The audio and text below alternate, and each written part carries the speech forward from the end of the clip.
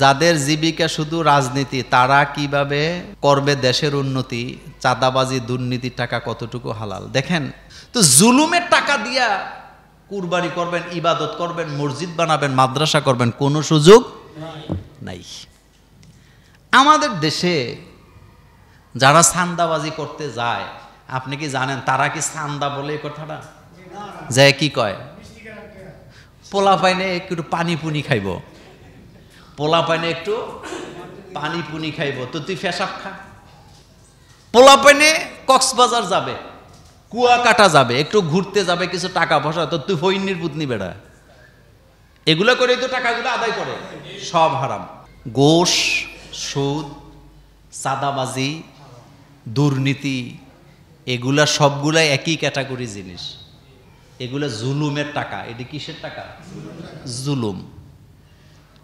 আপনি একটা বাড়ি করতেছেন, তা আমি যাই বললাম এখানে বাড়ি করা চলবে না, আমাদেরকে চাঁদা দেওয়া লাগবে, এটা কি জুলুম না? এটা কি হালাল হবে? হবে না। আমাকে সরকার চাকরি দিছে এই কাজ করার জন্য, এখন আপনি আমার কাছে এই কাজের জন্য আসছেন কাজ আদায় করে নিতে, তা আমি ফাইল আটকায় রাখছি, আমি কাজটা করে দিচ্ছি না, অথচ আমি ডিউটির টাকা সরকার থেকে বেতন পাচ্ছি, তো এই টাকা কি হালাল হবে? অবশ্যই হারাম, অবশ্যই হারাম। এক কথায় যে এই জিনিস দ্বারা মানুষের উপরে জুলুম করা হয়, ওই জিনিস এটা টোটালি কি, এটা পদ্ধতিটাই তো জুলুম, এটার সিস্টেমটাই কি জুলুম। তো জুলুমের টাকা দিয়া কুরবানি করবেন, ইবাদত করবেন, মসজিদ বানাবেন, মাদ্রাসা করবেন, কোনো সুযোগ নাই। আমাদের দেশে যারা চাঁদাবাজি করতে যায়, আপনি কি জানেন তারা কি চাঁদা বলে এই কথাটা যায় কি কয়? পোলা পাইনে একটু পানি পুনি খাইব, পোলা পাইনে একটু পানি পুনি খাইব, তো তুই পেশাব খা।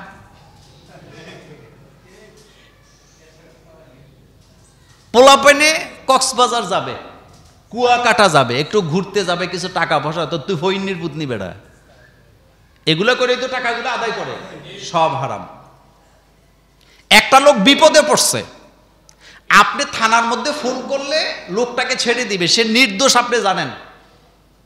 আপনি ফোন করেন যে ওসি সাহেব, দারোগা সাহেব, এই লোক ভালো মানুষ আমাদের সমাজে, আপনি খবর নেন, আপনি এর অন্যায়ভাবে গ্রেফতার করছেন, একে ছেড়ে দেন, আপনি সওয়াব পাবেন।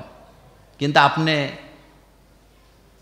টাকা কিন্তু ওসিরে দেওয়া লাগে না, আপনি যাই বলতেছেন জানোই তো টাকা ছাড়া কাজ হয় না, লাখখানেক টাকা লাগবে। ওসির পকেটে 20,000 টাকা দিয়ে আপনি 80,000 টাকা রাখছেন।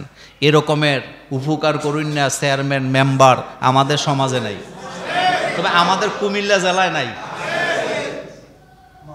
এডিরে জুতার মালা পরাইয়া সমাজের মধ্যে ঘুরানোর দরকার।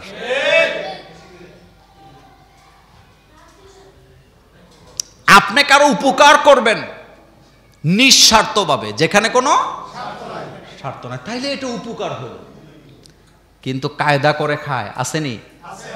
আরেকটা কথা বলে দিয়ে দেই, এটা গুরুত্বপূর্ণ কথা, সেটা হলো মিডিয়া করে টাকা খাওয়া। কি করে? মিডিয়া করে টাকা খাওয়া, অর্থাৎ যেটাকে আমরা বোখারি বলি, বা এটারে কি কয় আমাদের দেশে বাংলা ভাষা, এটারে দালাল বলে। আগে শোনেন,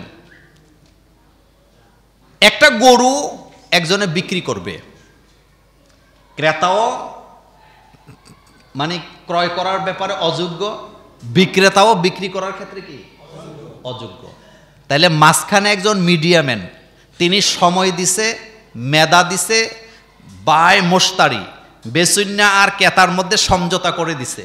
মাঝখানে সে মেধা দিছে, সময় দিছে, শ্রম দিছে, এখান থেকে সে টাকা খাওয়া জায়েজ আছে। কথা বলতে বুঝেন নাই? কারণ সে এখানে কয়টা জিনিস ব্যয় করছে? দিছে সময়, দিছে মেধা, আর দুইজনকে কি করছে? মিলাই দিছে। সময়, শ্রম, মেধা, যোগ্যতা পুরোটা খরচ করছে। তাইলে তার এখানে টাকা খাওয়া কি আছে? জায়েজ আছে।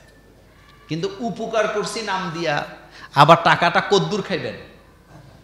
একেবারে যেন গলার মধ্যে ছুরি দিয়ে না দেন, এটা যেন না হয়। আপনি শ্রম দিছেন, আজকের পরে আবার কবেন আমাদের হুজুর বলে গেছে জমি জামা বিক্রি করলে মিডিয়া কইরা জনমের খাওয়া খাওয়া যাবে। তো বেটা জমির দাম হইল 20,000 টাকা শতক, আপনি এটারে 30,000 টাকা শতক বিক্রি করে 1 শতকে খাইলেছেন কত? এটা কি জায়েজ হইব নাকি? এটা তো ব্যবসা, তো এটা জায়েজ নেই।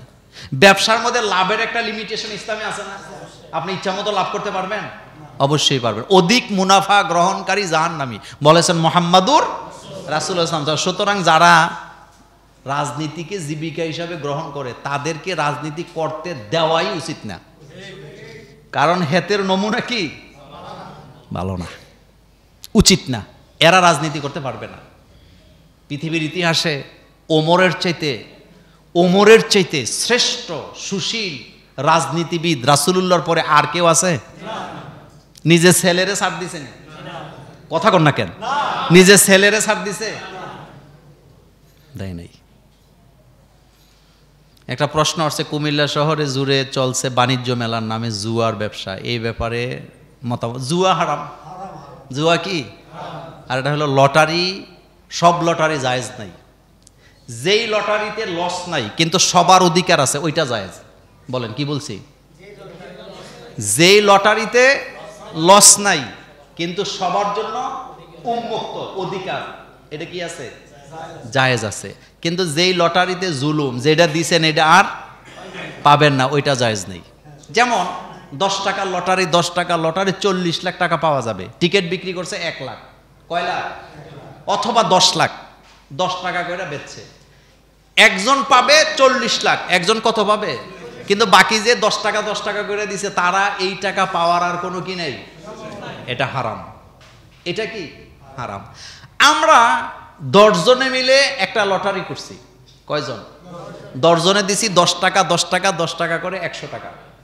কিন্তু চুক্তিবদ্ধ হয়েছি প্রথমবার যার নাম উঠবে সে এই 100 টাকা নিয়ে যাবে, কিন্তু শর্ত হইল আগামী আরো যে 9 কিস্তি বাকি আছে সে 10 টাকা করে চালাইতে হবে। কথা মতো বুঝেন না? এটা জায়েজ আছে। এটা কি আছে? কথা বুঝেন নাই? এটা কি আছে? একাধিক স্ত্রী থাকলে লটারি করা জায়েজ আছে, যদি স্ত্রীদের মধ্যে গ্যাঞ্জাম লাগে। রাসূল সাল্লাল্লাহু আলাইহি ওয়াসাল্লাম এটা কি করতেন? তো লটারি জায়েজ হবে ওই যে 10 জন, আজকে যে পাইছে ও আর পাবে না, ওর নাম বাদ। ওর নাম কি? ওর নাম আর লিস্টেও রাখা যাবে না, কিন্তু টাকা সে দিতে হবে শেষ পর্যন্ত। পরের দিন আবার আরেকজনের নাম উঠছে, ও পাবে কত? 100, কিন্তু সে 10 টাকা করে চালাই দিতে হবে। এটা কি আছে? কিন্তু যেটা পাইছি আর ধরছি ওইটা আর ফেরত পাওয়ার যাবে না, বা যাওয়ার রাস্তা নাই, এটা হারাম। এটা কি নাই? জায়েজ নেই।